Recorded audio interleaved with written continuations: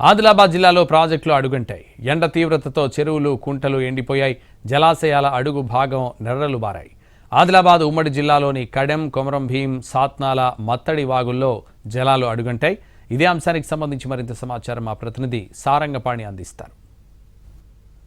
ఉమ్మడి జిల్లాలో ఎండలు మండిపోతున్నాయి. దంచి కొడుతున్న ఎండలతో చెరువులు, జలాశయాలు, కుంటలు పూర్తిగా వట్టిపోయాయి. ప్రస్తుతం మనం మత్తడివాగు ప్రాజెక్టు వద్ద ఉన్నాం. ఇటు మత్తడివాగుతో పాటు సాత్నాల, అదేవిధంగా కుమ్రమీం ప్రాజెక్టుతో పాటు నిర్మల్ జిల్లాలోని కడెం, స్వర్ణ ప్రాజెక్టు, ఇతర ప్రాజెక్టులు సైతం ఈ విధంగా బోసిపోయి కనిపిస్తున్నాయి. అడిగంటిపోయిన పరిస్థితి అయితే కనిపిస్తుంది. కొన్ని డెడ్ స్టోరేజ్కి చేరిపోగా మరికొన్ని డెడ్ స్టోరేజ్కి చేరువలో ఉన్నాయి. ప్రధానంగా చూసుకుంటే ఉమ్మడి ఆదిలాబాద్ జిల్లాలో మధ్య తరహా ప్రాజెక్టులు ఈ విధంగా మారిపోయాయి.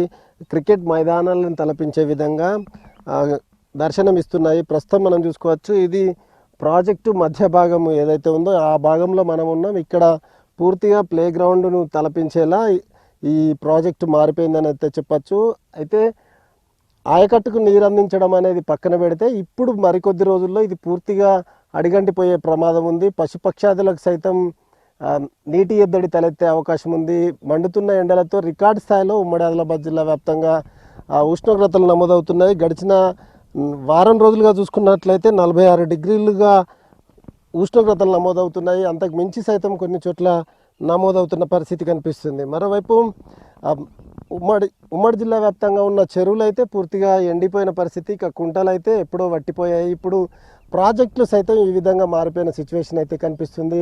ఇక రానున్న రోజుల్లో మరింత ఎండలు కొడితే కనుక ఇక ప్రాజెక్టులు మొత్తం పూర్తిగా సుక్క నీరు లేకుండా అయ్యే ప్రమాదం ఉంటుంది. ఇప్పటికే బురద నీళ్లు దర్శనమిస్తున్నాయి. కొన్ని చోట్ల నెర్రలు బారిన నేలలు కనిపిస్తున్న సిచ్యువేషన్ అయితే కనిపిస్తుంది. మరోవైపు తూములకు దాదాపు చాలా దూరం వరకు నీళ్లు వెళ్ళిపోయాయి. కొన్ని ప్రాజెక్టులో మాత్రం కొద్ది వరకు మాత్రమే నీళ్లు ఉన్నాయి. అంటే ఇంకా మరో 10 రోజుల వరకు కనీసం ఇందులో నీళ్లు కనిపించే అవకాశం ఉండదు. ఎందుకంటే ఎండలు ఆ విధంగా కొడుతున్నాయి. ఉష్ణోగ్రతలు పెరిగిపోతున్న నేపథ్యంలో నీటి ఆవిరి శాతం ఎక్కువగా ఉంటుంది.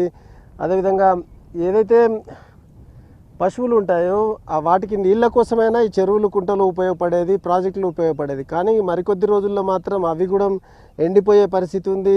ముఖ్యంగా ఉమ్మడి ఆదిలాబాద్ జిల్లాలో గరిష్ట ఉష్ణోగ్రతలు రికార్డు స్థాయిలో నమోదవుతున్నాయి. రాష్ట్రంలోనే అత్యధిక ఉష్ణోగ్రతలు ఇక్కడే నమోదవుతున్న నేపథ్యంలో ఈ విధంగా జలాశయాలు వట్టిపోయి కనిపిస్తున్న సిచ్యువేషన్ అయితే కనిపిస్తుంది. అయితే డెడ్ స్టోరేజ్కి దగ్గరలో కడెం ప్రాజెక్టు ఉందని అధికారులు చెప్తున్నారు.